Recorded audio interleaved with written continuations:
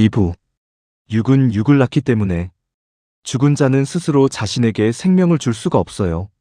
성령은 그가 원하시는 자에게 생명을 주십니다. 그래서 그 일이 일어나는 것을 우리가 목격은 할 수 있지만 그것을 일어나게 만들 수는 없는 거예요. 이것은 성령의 역사입니다. 요한복음 5장 21절에서 아버지께서 죽은 자들을 일으켜 살리심같이 아들도 자기의 원하는 자들을 살리시느니라. 원하는 자들을 성령과 아들께서 동일한 말씀을 하시는 거예요. 이 일은 하나님의 주권적인 능력이라고. 그리고 우리가 이미 봤던 것처럼 요한복음 6장 44절 나를 보내신 아버지께서 이끌지 아니하시면 아무도 내게 올 수 없느니라. 요한복음 8장 36절 아들이 너희를 자유케 하면 너희가 참으로 자유하리라. 이것은 아들의 역사이고 성령의 역사이고 그리고 이끄시는 아버지의 역사입니다. 이 본문 어디에도 예수께서 죄인의 능력을 옹호하지 않으세요. 어디서도 예수께서 자유의지를 옹호하지 않으세요. 물론 죄인에게 의지는 있습니다. 그리고 그 의지는 구원의 역사 속에서 성령에 의해 작동됩니다. 하지만 그 의지는 자유로운 의지가 아니에요. 모든 죄인은 살아있는 리빙데드, 그러니까 걸어다니는 시체입니다. 그래서 성경이 그들의 마음은 만물보다 더 거짓되고 심히 부패했다고 말하잖아요. 예레미야가 말하잖아요. 저들은 무능하다. 그래서 표범이 그 반점을 바꿀 수 없듯이, 그리고 구수인이 아프리카인이 그 피부색을 바꿀 수 없듯이 저들도 그렇게 할 수가 없다. 그의 마음뿐 아니라 그의 생각도 부패했고 그래서 모든 면에서 인간은 무능하고 불가능하다. 로마서 8장 7절에 육신의 생각은 하나님과 원수가 되나니 이는 하나님의 법에 굴복치 아니할 뿐 아니라 할 수도 없음이라. 육신에 있는 자들은 하나님을 기쁘시게 할 수 없느니라. 아마 이게 이 죄인의 절대적 무능을 가장 분명하게 보여주는 본문일 텐데, 죄인은 그래서 스스로 참 하나님을 인정하려고 하지 않고요. 그리고 죄인은 스스로 복음을 받아들일 수 있는 능력이 없다는 거예요. 고린도전서 2장 14절 육에 속한 사람은 하나님의 성령의 일을 받지 아니하나니 저희에게는 미련하게 보임이요. 그 이유는 그의 본성이 타락했고 부패했고 원하지도 않고 할 수도 없다는 것입니다. 인간은 이것들을 이해할 수 없다. 왜냐? 이것들은 영적으로 분별돼야 하는 것들인데 인간은 영적으로 죽어있다. 고린도전서 12장 3절의 성령으로 아니하고는 누구든지 예수를 주시라 할 수 없느니라. 고린도후서 4장 4절의 이 세상 신이 믿지 아니하는 자들의 마음을 혼미케 하여 그리스도의 영광의 복음의 광채가 비치지 못하게 함이니 그리스도는 하나님의 형상이니라. 이게 겹쳐있는 눈멀인데 그들은 자신의 타락으로 눈멀었고 원죄로 그리고 또 눈멀었고 자신의 부패로 눈물었습니다. 그리고 이 세상의 신에 의해 이중으로 눈물었어요. 무엇이 이것을 해결할 수 있습니까? 5절에서 우리가 우리를 전파하는 것이 아니라 오직 그리스도 예수의 주 되신 것과 또 예수를 위하여 우리가 너희의 종된 것을 전파함이라. 그러니까 우리는 그리스도를 주라고 전하고 우리가 그의 종인 것을 전한다는 것인데, 그러면 어떻게 되냐? 6절에서 어두운 데서 빛이 빛이라 말씀하셨던 그 하나님께서 지금 창세로 돌아가는 거예요. 처음에 빛이라 있으라 말씀하신 그 하나님이 예수 그리스도의 얼굴에 있는 하나님의 영광을 아는 빛을 우리에게 비춰주신다는 거예요. 다시 말하지만 이것은 하나님의 기적이에요. 주권적인 하나님께서 개입하셔서 그래서 생명을 주시는 거예요. 죽은 자에게 그리고 눈먼 자에게 빛을 주시는 하나님의 기적인 것입니다. 마음과 생각은 타락에 의해 오염되고 감염되어 있습니다. 이미 우리가 의지에 대해서 말했고, 그리고 이것은 결국 삶의 행위로 드러나는데 마가복음 7장에 보면은 여러분도 잘 아시지만 사람 속에서 뭐가 나옵니까? 사람은 만들어내는 게 뭡니까? 사람에게서 나오는 그것이 사람을 더럽게 하느니라.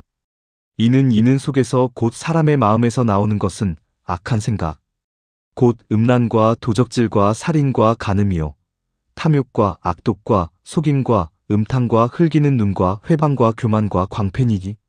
모든 악한 것들은 사람 안에서 나와서 그를 더럽힌다는 것이고 그의 삶을 더럽히고, 왜냐하면 그것들이 그의 마음에서 나오기 때문인데, 그리고 또 하나의 본문을 여러분도 잘 알고 있을 텐데 잠깐 보겠습니다.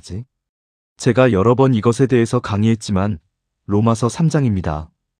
의인은 없나니 하나도 없으며 깨닫는 자도 없고 하나님을 찾는 자도 없고 가능성도 없고 능력도 없고 그리고 아무런 소망도 없습니다. 우리 스스로에게는. 그래서 결론은 인간은 악하고 이기적이며 원하지도 않고 할 수도 없고, 왜냐면 그는 죽어있기 때문에 인간은 자신의 죄를 사랑하고 그리고 어두움을 사랑합니다. 그래서 이기적인 정욕 속에서 살아가고, 그래서 자기 손으로 신을 만들어 놓고 자신이 그 신을 만족시킬 만큼 충분히 선하다고 스스로를 미혹하면서 만족합니다. 그는 자신의 죄 속에서 죄를 볼 순 있어도 자신의 선함도 죄라는 것을 보지 못하고, 자신이 콧방귀 만든 종교 속에 있는 죄도 보지 못하고, 그리고 그 소위 선함 속에 있는 죄가 가장 가증한 죄인데, 왜냐면 거기에 미혹이 있고 그의 종교 속에 있는 죄가 가장 신성 모독적인 것입니다. 왜냐면 거기서 그는 거짓 신을 섬기고 있기 때문에 이 교리가 곧 전적 타락이라는 교리로 불리는 것이고요. 그리고 어떤 사람들한테는 이 표현이 혼란을 줄 수가 있는데, 이 타락이라는 단어를 사전에서 찾아보면요, 보통 이 타락은 극악함이나 아니면 악덕 잔인함이랑 연결이 되어 있어요. 그래서 이 정의가 악하고 타락하고 비열하고 부독하며 극도로 뒤틀린 위험한 상태라고 얘기를 해요. 관광범이나 연쇄살인범 같이. 그래서 이 단어 자체가 모든 사람에게 적용되기 어려운 그런 극단적인 악의 수준을 의미하게 되고, 그리고 누군가를 전적으로 타락했다고 하면은 사람들이 그냥 히틀러나 스탈린 같은 사람들을 떠올리게 되는데, 그런데 전적 타락이라는 이 말은요, 이 사람을 우리가 상상도 못하는 그런 완전한 막 타락함, 부패함의 범주로 밀어넣는 게 아니에요. 그래서 무슨 히틀러나 그런 스탈린 같은 사람만을 말하는 게 아니고, 전적 타락이라는 말의 의미는 단순한데, 인간은 오직 죄밖에 지을 수 없다. 구원을 얻기 위해 인간이 하나님을 만족해 할 수 있는 일은 아무것도 없다.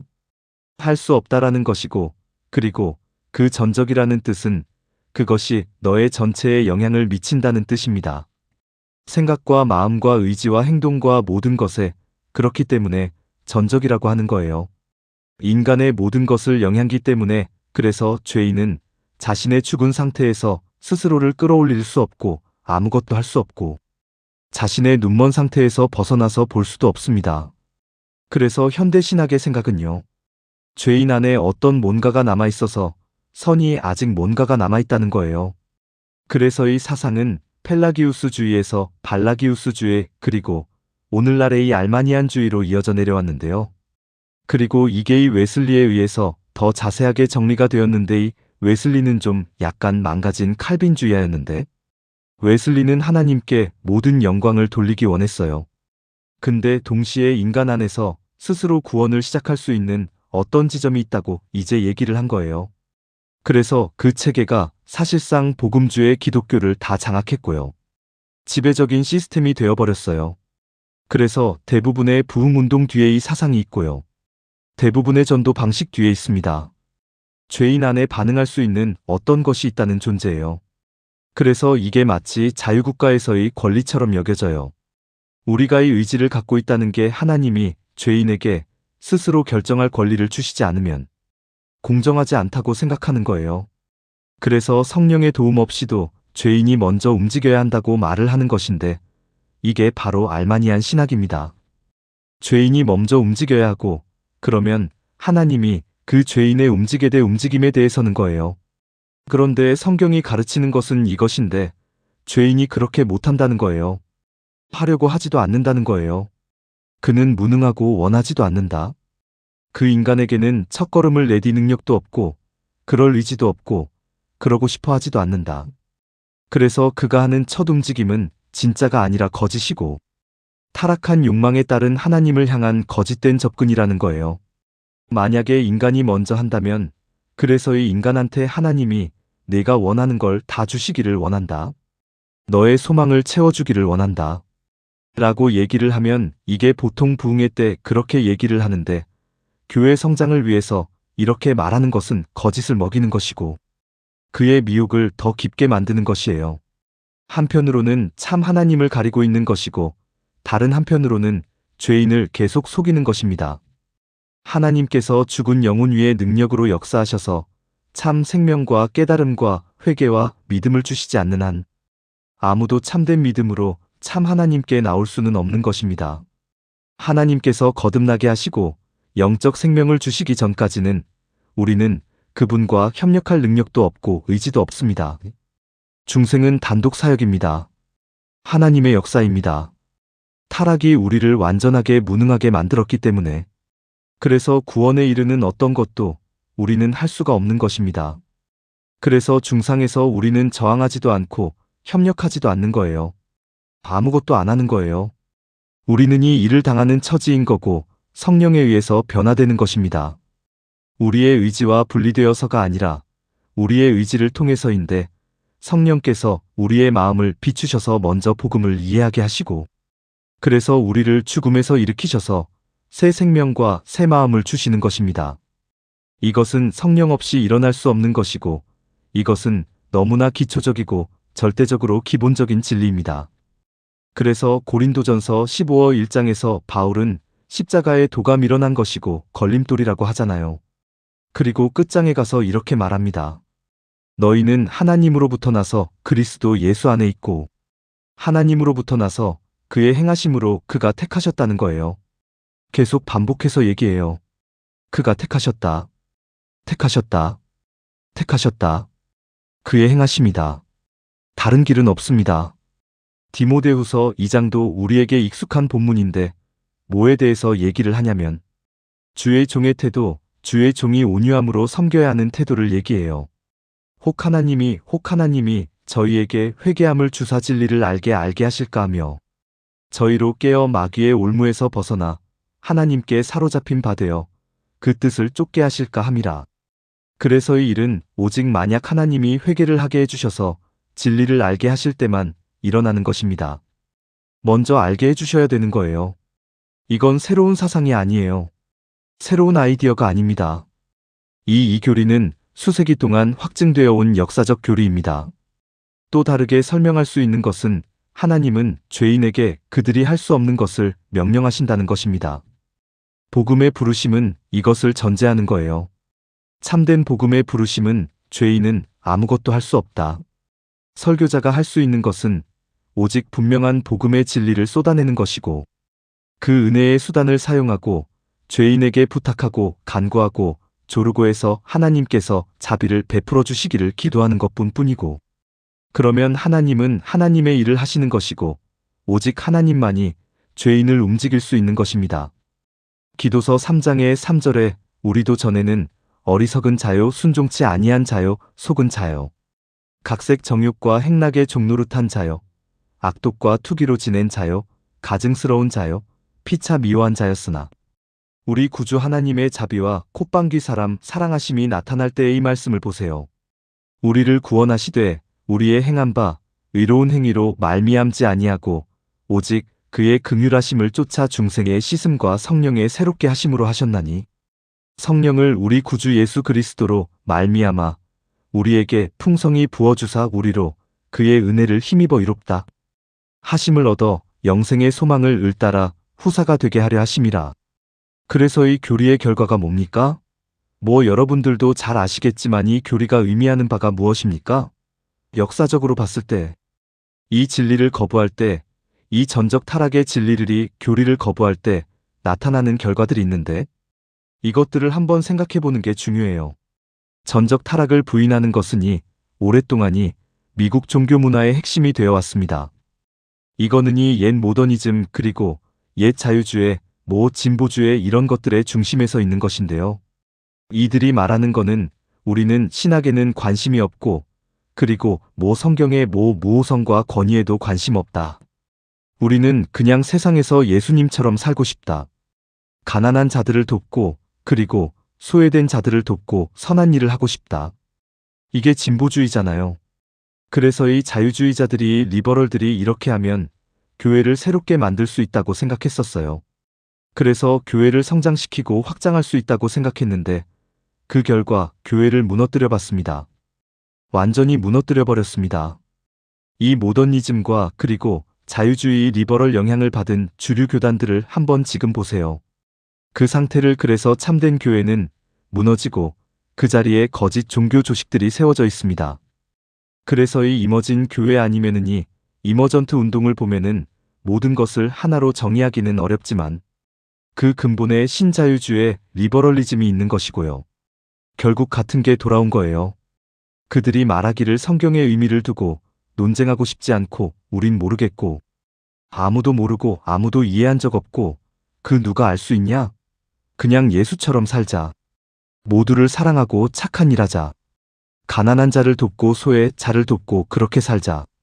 라고 얘기하는 거예요. 그래서 이건 결국에는 자유주의가 다시 돌아온 거예요. 그래서 근데 복음주의라는 이름을 버리지는 않아요. 왜냐면 그 이름으로 접근을 해야 사람들한테 접근을 할 수 있기 때문에 복음주의라고 얘기를 하는 거예요. 그래야 사람들의 생각에 파고들 수 있으니까. 마치 진리인 것처럼 제가 두려워하는 거는 교회 성장 운동이 옛 자유주의와 그리고 새로운 자유주의 사이에서 우리를 또 다른 길로 또 같은 길로 끌고 가고 있다는 거예요. 망하는 길로. 그래서 우리는 이 교회 프로그램들이 요즘 교회 프로그램들이 쇼처럼 변해서 그래서 세상을 흉내내고 설교 방식도 그렇고 그렇게 함으로써 감정적 욕망들을 믿지 않는 자들의 그 욕망과 감정을 교회로 끌어들이기 위해서 만들어지는 모습들을 보고 있습니다. 쇼가 된 거죠. 그래서 이것이 다 똑같은 착각인데 우리도 어느 정도 영향을 받았는데 전부 받아들이지는 않았어도 이게 우리도 영향을 받았는데 이 모든 성장 방식 뒤에는 알마니안적 사고가 있는 거예요. 그게 뭐냐면 우리가 방법을 좀 바꿔서 좀 그래도 현대적으로 바꾸면 죄인이 더 잘 반응하지 않을까라는 생각인 거예요. 근데 이건 정말 조심해야 되는 것입니다. 예수 그리스도를 타락한 죄인의 욕망을 채워주는 본으로 제재시하면 안 되는 거예요. 절대 그러면 안 됩니다. 우리가 인정해야 하는 게 타락한 죄인은 하나님을 미워합니다. 참 하나님을. 그리고 타락한 죄인은 자기 자신을 치명적으로 사랑합니다. 물론 그는 자기가 원하는 것을 주는 신을 원하죠. 당연히. 하지만 성경적인 접근은 죄인의 자기 숭배를 완벽히 무너뜨리고 그의 자기 확신을 무너뜨리고 그리고 그의 교만을 공격하고 그의 종교와 영성에 대한 확신을 산산조각 내버립니다. 그래서 하나님의 율법의 무게 아래 그를 짓눌러서 그가 죄인이라는 것을 드러내고 그의 모든 욕망이 악하다는 것을 드러내는 것이 성경이 하는 일입니다. 그래서 우리는 죄인에게 요구해야 돼요. 너를 미워해라. 내 자신을 미워해라. 너의 모든 야망을 내려놓고 죄를 회개하고 우리 주 예수 그리스도의 하나님 아버지를 사랑하라고 요구해야 하는 것입니다. 그리고 이 메시지를 통해서 하나님은 죄인을 깨우시는 거고 그리고 그 죄인을 회개와 믿음으로 이끄시는 것입니다. 그래서 그 죄인을 묻고 있는 바로 그 욕망에 호소하면서 그 속박에서 구원받아야 한다고 설득하려 하면 안 되는 것입니다. 그게 뭐 하는 겁니까? 그래서 물질주의 아니면 성적 쾌락 아니면 개인적 야망 더 나은 삶 성공 이런 것에 절대 호소하면 안 되는 거예요. 그것은 죄인을 임의도 묻고 있는 바로 그 요소들에게 호소하면서 그 속박에서 구원받아야 한다고 설득하는 거예요. 이게 모순이잖아요. 죄인에게 외치세요. 도망가라고 그의 본성적인 모든 것, 그를 강하게 묻고 있는 모든 것으로부터 도망쳐라. 이 모든 것으로부터 도망쳐서 십자가로 달려가라고 외치세요. 심판에서 구원받아라. 라고 말하는 것입니다. 그래서 이렇게 물에 탄 설교는 강양팍한 사람을 만듭니다.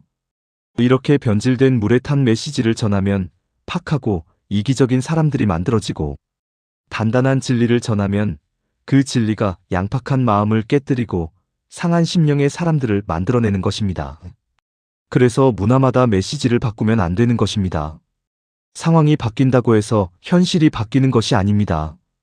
현실은 외적으로 있는 것이 아니라 외부에 있는 게 아니라 사람 심령 안에 있는 거예요. 그리고 그 모든 심령은 마음은 다 똑같습니다. 죄인의 마음은 동일합니다. 그래서 바울의 메시지는 변하지 않은 거예요. 유대인에게도 이방인에게도 변하지 않았고 물론 출발점이 다를 수 있어요. 창조에 대해서 얘기할 수 있고 아니면 다른 것에 대해서 얘기해서 시작은 할 수 있지만 그 복음은 변하지 않는 것이고 그 복음 메시지는 변하지 않고 바울은 나라마다 나라에서 나라로 다니면서 어디를 가든지 그 동일한 메시지를 전했습니다. 그때 당시에는 미디어가 없었는데도 문화가 분명히 구분되어 있었어요. 그래서 지역 문화, 도시 문화, 마을 문화 이렇게 다 분명하게 나뉘어져 있었고요. 섞이지 않았거든요. 근데 오늘날 모든 문화에 맞추어서 말하려고 하는 건 가능하지도 않잖아요. 어떻게 다 맞춥니까? 그래서 바울은 이런 모든 것들을 무시한 거예요. 완전히 무시했습니다. 변하지 않는 진리가 하나 있습니다. 모든 마음은 같고 또 하나의 변하지 않는 진리는 모든 사람은 동일한 메시지, 동일한 복음이 필요하다는 것입니다. 하나님의 역사는 마음의 역사이고 생각을 변하게 하는 역사입니다. 그리고 하나님께서 마음과 생각을 변화시키는 도구는 오직 하나님의 말씀인 것입니다. 죄인은 어디에 살든 어느 시대든 어느 나라에 있든 다 똑같습니다. 언제나 같습니다. 이것은 제가 여러 해 동안 전 세계를 다니면서 설교하면서 하나님께서 저에게 허락하신 경험입니다.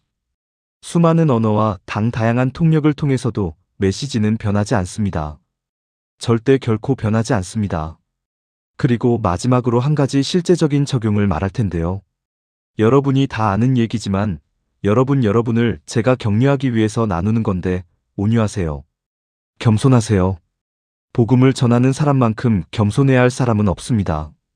왜냐하면은 우리는 유일한 직분인데 우리가 갖고 있는 직분이 이게 유일한데 우리가 하는 모든 일에 대해서 어떤 공로도 주장할 수 없는 유일한 직분이 바로 목사인 거예요. 설교자인 거예요. 아무런 자랑을 할 수가 없어요. 우리가 책임질 수 있는 건 우리가 망친 것밖에 없고 크레딧을 받을 수 있는 것은 우리는 실패에 대해서만 책임이 있고 성공에 대해서는 아무 공로도 없는 사람입니다. 그래서 겸손하세요. 마치 당신이 대단한 일을 이룬 것처럼 자신을 드러내지 마시고 오직 하나님께서 자비로 당신의 설교를 통해서 죄인을 구원하신다면 우리는 그냥 질그릇인 거예요.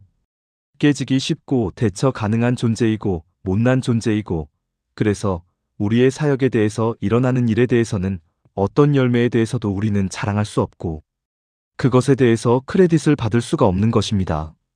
그래서 결국 결론은 이것입니다. 신실하시고 주님께 충성하시고 죄인의 상태는 어떤 인간적인 방법으로도 해결할 수 없다는 것을 이해하셔야 됩니다. 어떤 방법으로도 그래서 죄인의 마음은 언제나 동일하고 어디에서든 그렇기 때문에 메시지는 변하면 안 되는 것입니다. 그리고 그 메시지가 바로 하나님께서 사용하시는 수단입니다.